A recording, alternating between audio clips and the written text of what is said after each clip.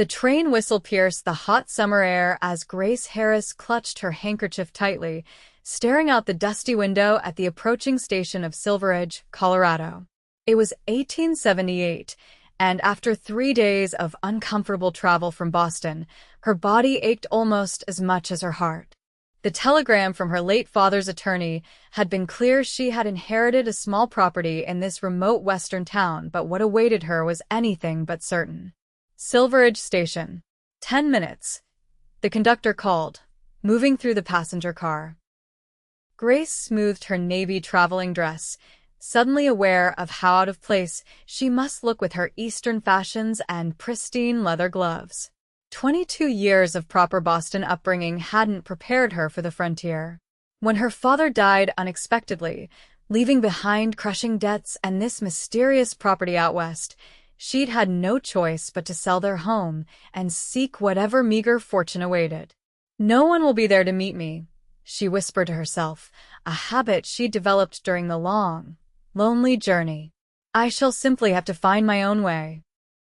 The train lurched to a stop with a screech of metal and billowing steam. Grace gathered her carpet bag and the small trunk containing everything she now owned in the world.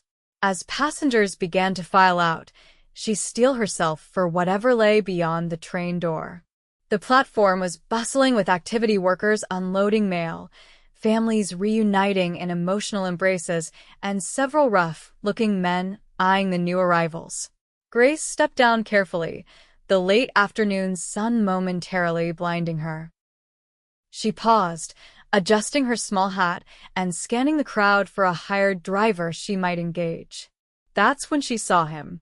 Standing apart from the crowd was a tall man holding a hand-painted wooden sign with Miss Grace Harris, written in careful block letters. Beneath his wide-brimmed hat, sun-bronzed features broke into an unexpected smile that transformed his serious countenance. He wasn't dressed like the businessmen she knew in Boston. Instead, he wore a dust-covered shirt, worn leather vest, and faded denim pants tucked into scuffed boots. A cowboy, unmistakably. Grace felt a flutter of relief, mixed with apprehension. Who had sent this man?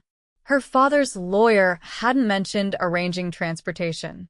The cowboy spotted her hesitation and approached with long, confident strides. Up close, she could see his eyes were a startling blue against his tanned skin. "Miss Harris?" His voice was deep with a slight drawl. "I'm Dane Oakley. Mr. Finch sent me to collect you and your belongings." "Mr. Finch?" Grace questioned, still clutching her carpet bag defensively. "The attorney handling your father's estate. I work the land adjoining your property." He tipped his hat.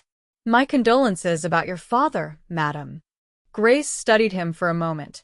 His clothes were worn but clean, and despite his rugged appearance, there was something reassuring in his direct gaze. "Thank you, Mr. Oakley. I wasn't expecting anyone." She glanced at her trunk. "I'm afraid I've brought rather more than I can carry myself." His smile returned. "That's why I'm here with the wagon, Miss Harris. Your property is about 5 miles out of town." As he easily hoisted her trunk onto his shoulder, Grace realized how unprepared she truly was. She had imagined taking a room in town while she settled her father's affairs, not being whisked immediately to some remote homestead. "Is there no hotel where I might stay first?" she asked, following him toward a waiting wagon.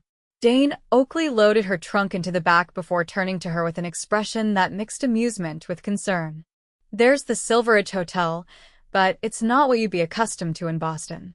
And truth be told, a lady traveling alone might find it uncomfortable." The implication hung in the air. Grace had heard stories of frontier towns, of course, but the reality was now setting in. "I see." She smoothed her skirts. "And my father's property, is it habitable?" "It's modest but sound. Your father had it built about 3 years ago, though he never spent much time there himself." He helped her climb onto the wagon seat. "I've made sure it's ready for you." "You've been maintaining it?" Grace asked, surprised. "Just being neighborly." He clicked to the horses, and the wagon lurched forward. Your father paid me a small sum to keep an eye on things, though I haven't seen him in almost a year.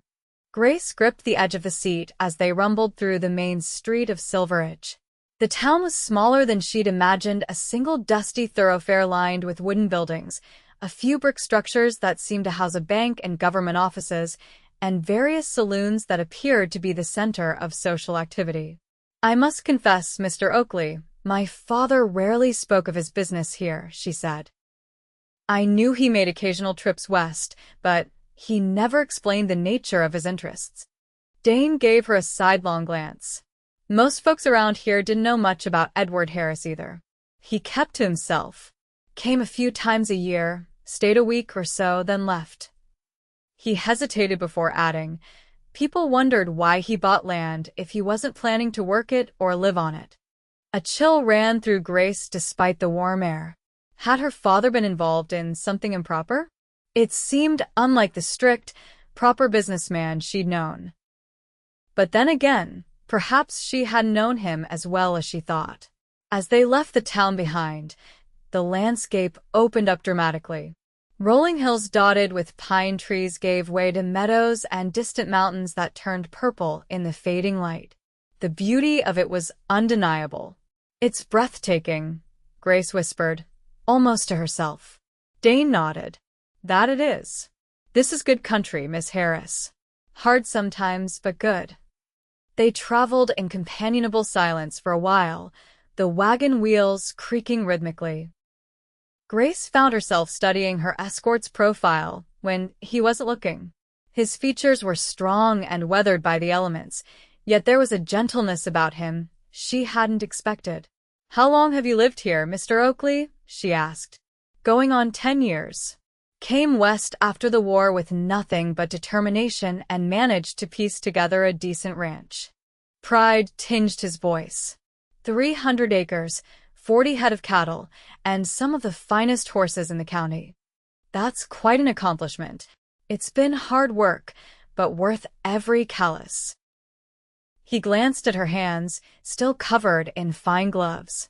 Speaking of which, Miss Harris, I hope you don't mind me asking, but do you have any experience with country living? Grace felt her cheeks flush. I'm afraid not. My upbringing was quite sheltered. Instead of the mockery she half expected, he merely nodded. Well, the first thing you should know is that things work differently out here. People depend on each other. Your nearest neighbor might be your only hope in an emergency. And you're my nearest neighbor, Grace concluded. That's right. My ranch borders your property to the west. I'm about a mile away as the crow flies. As they crested a small hill, Dane pulled the horses to a stop. There it is, Miss Harris. Your new home. Grace leaned forward, taking in the sight below. A small cabin sat in a clearing, surrounded by pine trees and what appeared to be a modest garden plot. A stream glinted in the distance, catching the last rays of sunlight. It was simple, almost primitive compared to her Boston home, but there was something appealing about its solitary placement in the beautiful landscape. It's not what you're used to, Dane said softly, watching her reaction. No, Grace agreed, but perhaps that's not entirely bad. She straightened her shoulders. I came west for a fresh start, Mr. Oakley. This appears to be exactly that. His eyes crinkled with approval. That's the spirit that built the West, Miss Harris. As they approached the cabin, Grace noticed small touches that suggested recent attention: a stack of chopped firewood by the door, windows that had been recently cleaned, and a small bunch of wildflowers in a jar on the porch railing. Did you do all this? She asked as he helped her down from the wagon. Dane looked almost embarrassed. Seemed the proper thing to do. Wasn't sure when exactly you'd arrive, so I've been readying things for the past week. Grace felt a surge of gratitude. That was extraordinarily thoughtful, Mr. Oakley. Inside, the cabin was simple but comfortable. A main room served as kitchen and living area, with a small bedroom partitioned off in the back. A cast-iron stove dominated one wall, and rough-hewn furniture, a table with chairs, a bookshelf with a few volumes, and a rocking chair by the hearth completed the furnishings. I stocked some basic supplies, Dane explained, setting down her trunk. Flour, coffee, beans, smoked meat that'll keep. There's a well out back for water. Grace turned slowly, taking it all in. This small cabin represented her entire inheritance. It wasn't wealth by any standard, but it was hers. The garden has some vegetables ready for picking, Dane continued. Potatoes, carrots, beans. Your father hired a local woman to tend it occasionally. I can introduce you to her, Mrs. Callahan. She might be willing to continue the arrangement. You've thought of everything, Grace said, genuinely moved by his consideration. Just being neighborly, he repeated, though something in his voice had softened. As he brought in her remaining belongings, Grace stood in the center of the cabin, feeling oddly calm. The journey from Boston had been exhausting, both physically and emotionally, yet standing here in this simple space, she felt the first stirrings of possibility. It'll be dark soon, Dane said, lighting a lamp. I should get back to my place, but I'll return tomorrow to help you get settled. There are things you should know about living out here. I would appreciate that very much, Mr. Oakley. He hesitated at the door. Lock this behind me, Miss Harris. It's generally safe in these parts, but it's best to be cautious. After he left, Grace moved about the cabin, familiarizing herself with her new home. She found the bed had been made with clean linens, and a small pantry was indeed stocked with essentials. A sealed letter lay on the table, addressed to her in Mr. Finch's handwriting. Grace sat in the rocking chair and broke the seal. Dear Miss Harris, it began. By the time you read this, you will have arrived at your father's property and likely met Mr. Oakley, whom I have engaged to assist you. Your father's instructions were clear. The property is yours to do with as you please, whether you choose to sell it or make a life here. There is a small account at Silverridge Bank in your name containing the sum of $300, which is all that remains of your father's estate after debts were settled. Mr. Oakley is trustworthy and well-respected in the community, and I have asked him to help you navigate your new circumstances. Silverridge is a growing community with decent folks, though frontier life requires adjustment for those accustomed to Eastern comforts. I will call on you when next I visit, likely within the month. Yours sincerely, James Finch, Attorney at Law. Grace folded the letter and stared into the dancing flames of the lamp. $300 and a small cabin in the wilderness. Not the legacy she had imagined, but perhaps enough to build something new. Outside, the vast Colorado night settled over the land, stars appearing in overwhelming numbers against the darkening sky. For the first time in weeks, despite the uncertainty of her situation, Grace felt a tentative hope. Tomorrow would begin her new life, and strangely enough, she wasn't facing it entirely alone. The image of Dane Oakley waiting at the train station with her name on a sign returned to her mind. His unexpected smile had been the first welcome thing in a journey filled with farewells. The morning came with brilliant sunshine streaming through the cabin's eastern window. Grace woke disoriented at first, the unfamiliar bed and the quiet of the countryside startling after years of Boston's constant sounds. She dressed in her simplest day dress, though even that felt absurdly formal for the surroundings. As she attempted to start a fire in the stove, she realized how many basic skills she lacked for this new life. A knock at the door came as a welcome interruption to her frustrated efforts. Dane Oakley stood on the porch, hat in hand, looking refreshed and somehow more approachable in the morning light. Beside him was a plump, middle-aged woman with a kind face and practical clothing. Good morning, Miss Harris. Hope you slept well. This is Mrs. Callahan, who's been tending your garden. Pleased to meet you, Miss, Mrs. Callahan said with a slight Irish lilt. I've brought some fresh eggs and bread to start you off proper. Grace welcomed them in, conscious of the cold stove. I'm afraid I'm having some difficulty with the fire. Mrs. Callahan exchanged a knowing look with Dane before stepping forward. Let me show you, dearie. It's simple once you know the trick of it. The morning became an education as Mrs. Callahan demonstrated basic cooking and household management while Dane explained the property's features. Grace learned about the garden, the small shed behind the cabin that held tools, and the stream that provided water for irrigation. The well water is good for drinking and washing, Dane explained, but the stream helps with the garden during dry spells. After Mrs. Callahan left, having agreed to continue helping twice weekly, Dane offered to show Grace the property boundaries. "It's 40 acres, he explained as they walked. Not large by Western standards, but good land. There's the stream, some woodland for timber, and about 15 acres that could be farmed if you were so inclined." "I wouldn't know the first thing about farming," Grace admitted. Dana smiled. "Few do when they start. That's why communities matter out here. People share knowledge." They crested a small rise, and Dane pointed westward. "My land begins just beyond that line of trees. You can see my cabin from here." In the distance, Grace could make out a much larger structure than her own cabin, with several outbuildings and fenced areas where horses grazed. "Your ranch is impressive," she said. "Build it piece by piece." Pride colored his voice. "Started with just 10 acres and a tent, if you can believe it." "How did you come to be in Colorado, Mr. Oakley?" Grace asked as they walked back toward her cabin. He was quiet for a moment. "The war changed things. I was just 19 when I joined up Union Army. After Gettysburg, I couldn't imagine going back to Pennsylvania and the life I'd known before. Too many ghosts." His expression grew distant. "Came west looking for open spaces and fewer memories." Grace nodded, understanding something of loss herself. "And did you find what you were looking for?" His eyes met hers. "Most days, I think I have." Back at the cabin, Dane helped Grace carry water from the well and showed her how to bank the fire so it would last longer. "There's something else we should discuss," he said as they sat at the small table with cups of coffee. "Your father's reason for buying this property." Grace set down her cup. "The lawyer's letter didn't explain that." "No, I expect not."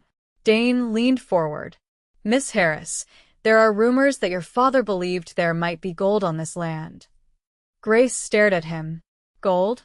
But that's unlikely, yes. The major strikes around here were years ago."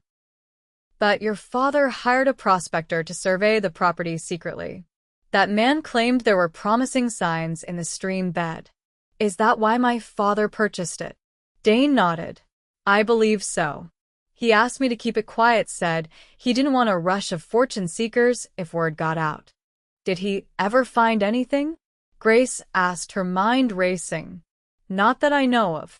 But that might explain why he kept the property despite rarely visiting." Dane's expression was serious. "Miss Harris, if there is gold here, it changes things. People get desperate around gold. It might not be safe for you alone." The warning hung in the air between them. Grace considered her options. She had come west with no plan beyond claiming her inheritance and perhaps finding work in town. The possibility of gold complicated matters significantly. "What would you advise, Mr. Oakley?" He considered for a moment. "Keep this information between us for now. I can help you explore the stream bed discreetly. If there is anything to find, we'll figure out the next steps together." "That's very generous of you. Call it self-interest if you like," he said with a small smile. "I've spent years building my ranch. The last thing I need is a gold rush bringing chaos next door." Over the next 2 weeks, Grace settled into a rhythm of frontier life. Mrs. Callahan's lessons proved invaluable as she learned to cook on the wood stove, tend the garden, and manage basic repairs. Dane visited almost daily, sometimes bringing supplies from town, other times helping with heavier tasks around the property. Together, they explored the stream bed on several occasions, panning for gold as Dane had learned during his early days in Colorado. They found nothing significant, a few flecks that Dane said were common in many streams, but hardly worth the effort of extraction. "Your father might have been misled," Dane said one afternoon as they sat by the stream, resting from their efforts. It wouldn't be the first time someone got swindled by fake claims. Perhaps, Grace agreed. Though it does explain why he kept this place secret from me. He always protected me from his business ventures that were less certain. As they walked back to the cabin, Grace found herself studying Dane's profile against the setting sun. In just 2 weeks, he had become not merely a neighbor but a friend. His quiet strength and patience with her inexperience had created a comfortable rapport between them. "You're staring, Miss Harris," he said without looking at her, though the corner of his mouth lifted in a small smile. Grace flushed. "I was just thinking how fortunate I am that you were willing to help me. I would have been completely lost on my own." He stopped and turned to her. "You're stronger than you realize, Grace. You've taken to this life with more determination than most." It was the first time he had used her given name, and the sound of it in his deep voice sent an unexpected warmth through her. "Thank you, Dane," she replied deliberately, watching his reaction. His eyes softened at her use of his name, but before he could respond, the sound of approaching horses drew their attention. 3 riders were approaching from the direction of town, moving at a purposeful pace. "Were you expecting visitors?" Dane asked, his posture suddenly alert. "No," Grace replied, feeling a flicker of apprehension. "Stay behind me," he said quietly. The riders pulled up about 20 yards away. Grace recognized the man in the center as the banker she had met when setting up her account in town. The other 2 were rough-looking men she hadn't seen before. "Afternoon, Oakley," the banker called. "Miss Harris." "Mr. Wallace," Dane acknowledged with a nod. "What brings you out this way?" Wallace dismounted, his expensive suit looking out of place in the dusty surroundings. "Business with Miss Harris, actually. May we speak privately, madam?" Dane stepped forward. "Anything you have to say to Miss Harris can be said in front of me." Wallace's expression hardened slightly. "Very well. Miss Harris, I've come with an offer to purchase your property. $500, a generous sum considering its remote location and limited value." Grace felt Dane tense beside her. "My property isn't for sale, Mr. Wallace.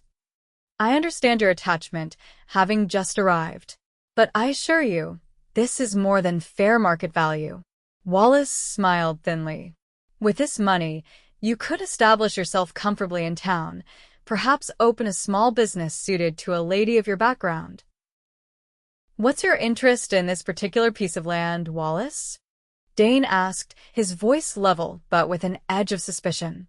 The banker's smile didn't reach his eyes. "Simply investment, Oakley. The railroad's planning expansion, and property values will rise accordingly." "The railroad's planned route is nowhere near here," Dane countered. An uncomfortable silence fell. One of Wallace's companions shifted in his saddle, revealing a holstered pistol beneath his coat. "Miss Harris," Wallace said, ignoring Dane, "I'd advise you to consider my offer carefully. A woman alone might find frontier life challenging. Accidents happen. Cabins burn.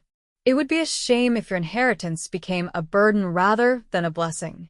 The threat, though veiled, was unmistakable. Grace felt a chill despite the warm afternoon. "Are you threatening Miss Harris, Wallace?" Dane's hand had moved closer to his own holstered gun. "Simply stating facts, Oakley." Wallace mounted his horse. "Think about it, Miss Harris. My offer stands for 1 week. After that, circumstances may change the value of your land." With a nod, he turned his horse and rode away, his companions following. As soon as they were out of earshot, Grace let out a shaky breath. "What just happened?" Dane's expression was grim. "Wallace doesn't make investment purchases personally, and he certainly doesn't ride out to make offers himself. Something else is going on." He looked at her intently. "Grace, I think someone might have found gold on your property after all. But we haven't seen any sign of it." "No, but that doesn't mean it isn't here. Wallace has connections with mining interests in Denver. He might have information we don't." Dane ran a hand through his hair. "One thing's certain, you can't stay here alone tonight. Not after that thinly veiled threat." "What do you suggest?" pack some things. You'll stay at my ranch until we figure this out." Grace hesitated only briefly before nodding. The encounter had frightened her more than she wanted to admit. At Dane's ranch, Grace was impressed by the substantial cabin he had built, much larger than her own, with proper glass windows and a wide covered porch. Inside was surprisingly comfortable, with solid furniture, colorful rugs, and walls lined with books. "You have quite a library," she remarked, examining the shelves. "Long winters make for good reading time." He moved about the kitchen area, preparing a meal with the ease of long practice. "There's only one bedroom, but you'll take that. I'll sleep out here by the fire." Grace helped with dinner preparations, and as they worked side by side, she felt a growing awareness of him, the way he moved with quiet confidence, the occasional brush of his hand against hers as they passed utensils. There was something comforting about his presence, yet unsettling in a different way. After dinner, they sat before the fire, discussing their options. "If Wallace believes there's gold, simply refusing to sell might not be enough," Dane said thoughtfully. "Men have been killed for less out here. Could we file a mining claim?" Grace suggested. "Establish legal ownership of any minerals?"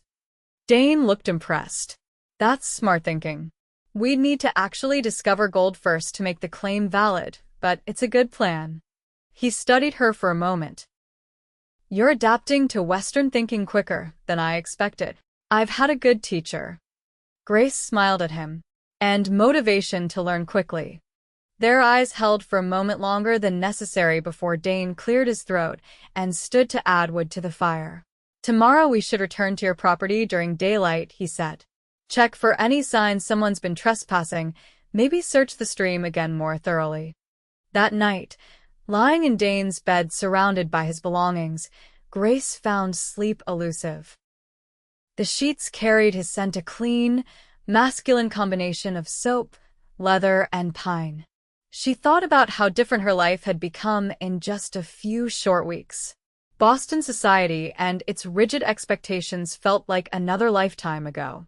Here, despite the dangers and uncertainties, she felt strangely free. In the main room, Dane also lay awake, listening to the occasional creak of the bed as Grace turned.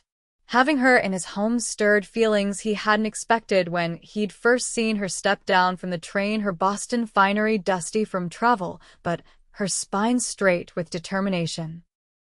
In the weeks since, he'd watched her tackle each new challenge with growing confidence. She'd awakened something in him that had been dormant since the war, a desire for more than solitary existence on his hard-won ranch. Morning arrived with gray skies that promised rain. After a quick breakfast, they rode to Grace's property, Dane having lent her a gentle mare from a small herd. As they approached the cabin, Dane held up his hand for her to stop. "Someone's been here," he said quietly, pointing to fresh hoof prints in the soft earth. They approached cautiously, but the cabin appeared undisturbed. Inside, however, Grace immediately noticed that her father's desk drawer had been forced open. "They were looking for something," she said, examining the scattered papers. Dane nodded grimly. "Let's check the stream." At the stream bed, it was clear someone had been digging and panning. Fresh earth was piled along the banks in several places. "They're getting bolder," Dane muttered. "This is trespassing, plain and simple." As they searched the disturbed areas, Grace spotted something gleaming in the freshly turned soil. Bending down, she picked up a nugget about the size of her thumbnail. "Dane," she called, her voice shaking slightly. "I think this is what they were looking for." He examined it closely. "That's gold, all right. Not just flakes, a proper nugget." His expression was serious. "This changes everything, Grace. If there's more where this came from, Wallace won't be the only one trying to take your land." The rain that had threatened all morning began to fall, softly at first, then in heavier drops that quickly turned the ground muddy. "We should get back to the cabin," Grace said, carefully tucking the nugget into her pocket. Inside, they built up the fire to ward off the sudden chill. Grace changed into dry clothes while Dane made coffee. "What do we do now?" she asked, returning to the main room. "First, we need to get to town and file a mineral claim before Wallace realizes what we've found." Dane paced the small room. "Then we need to decide whether you want to work the claim yourself or sell the mining rights, not the land, to a reputable company." "Could we work it ourselves?" Grace asked. Dane hesitated. "It would be hard work and we'd need equipment, maybe hire help. The right company might offer a percentage arrangement that would be less risky." Grace noted his use of "we" but didn't comment on it. Instead, she said, "I don't want to lose my home. This land was my father's final gift to me. If there's gold here, I want to make sure it's used properly." Dane stopped pacing and looked at her with admiration. "You've changed since you stepped off that train, Grace Harris. For the better, I hope. Definitely for the better." His voice softened. "Though there wasn't anything wrong with the woman I met that day either." The rain intensified, drumming on the cabin roof. Thunder rolled in the distance. "We won't make it to town today," Dane observed. "This storm's settling in. We'll have to wait it out." They passed the afternoon talking, Grace sharing stories of her Boston upbringing while Dane spoke of his experiences in the war and his early struggles establishing his ranch. As daylight faded, the storm showed no signs of abating.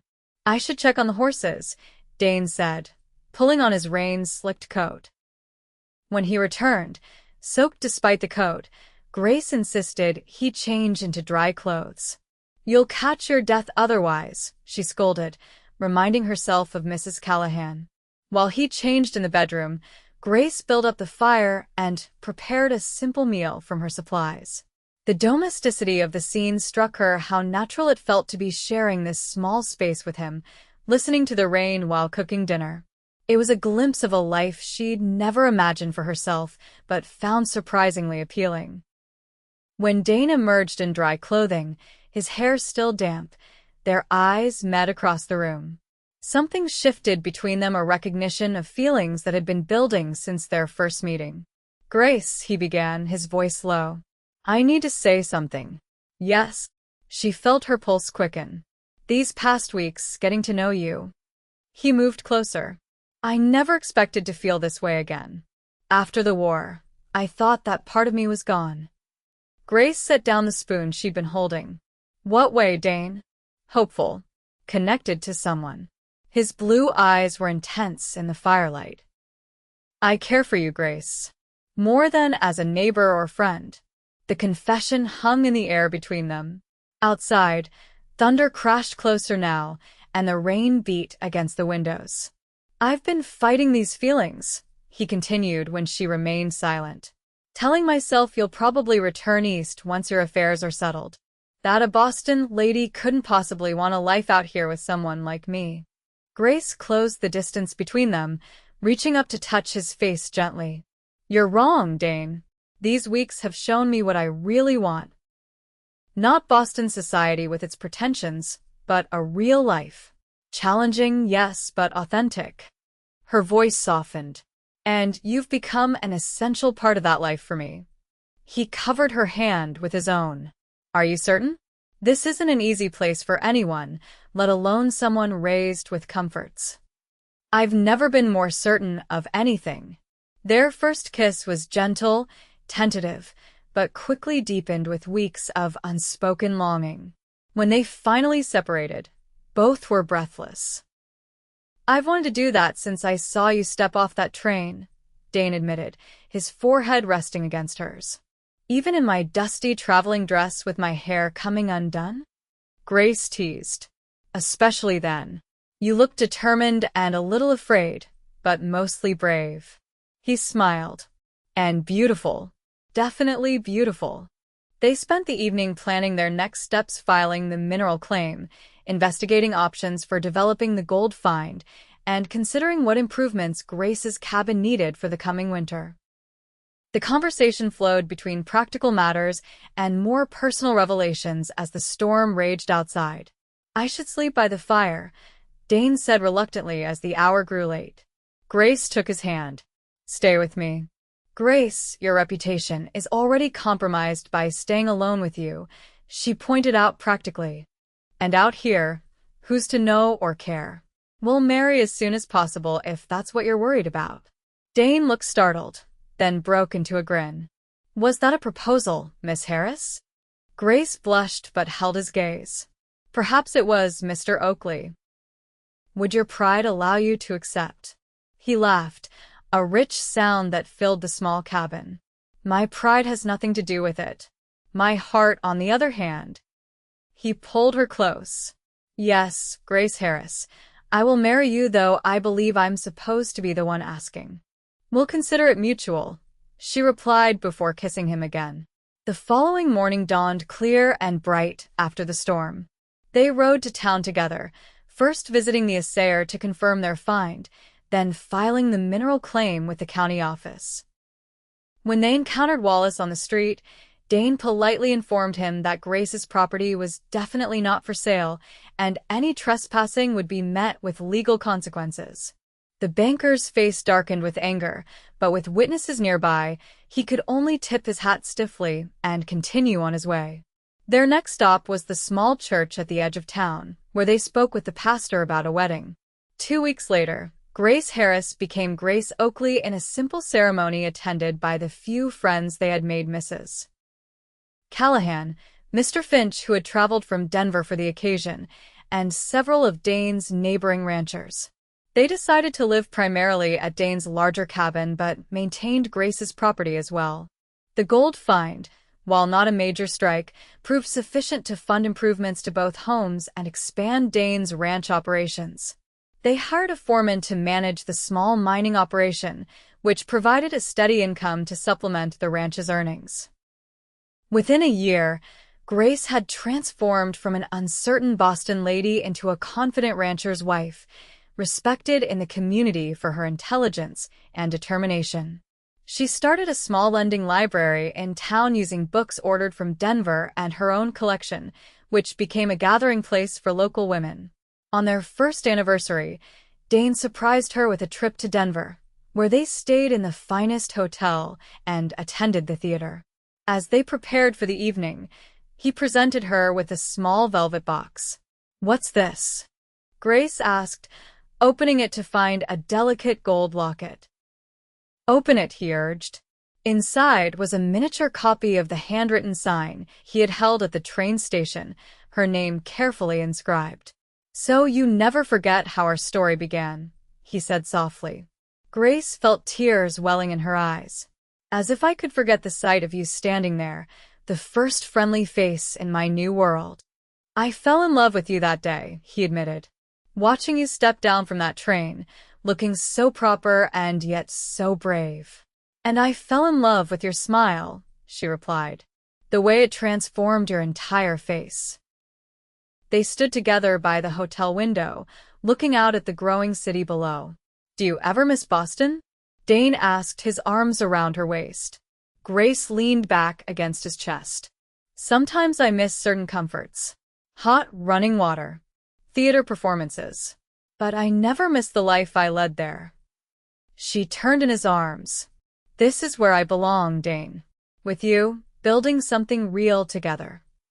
In the years that followed, their ranch flourished, becoming one of the most successful operations in the county. They added a wing to the cabin as their family grew, first a son they named Edward after Grace's father, then twin girls who had their mother's spirit and their father's blue eyes. The gold on Grace's property eventually played out, but by then, they had established a diverse and profitable ranch. Grace often thought about how close she had come to missing this life if her father hadn't purchased that small cabin, if Dane hadn't been there holding a sign with her name when she arrived. Sometimes in the evenings, when the children were asleep and they sat together on the porch watching the sunset paint the mountains, Grace would touch the locket she always wore and remember the moment their eyes first met at Silverridge Station. She had thought no one would meet her train that day, that she was facing her uncertain future alone. Instead, she had found a cowboy holding a sign with her name, his smile promising a future brighter than she could have imagined.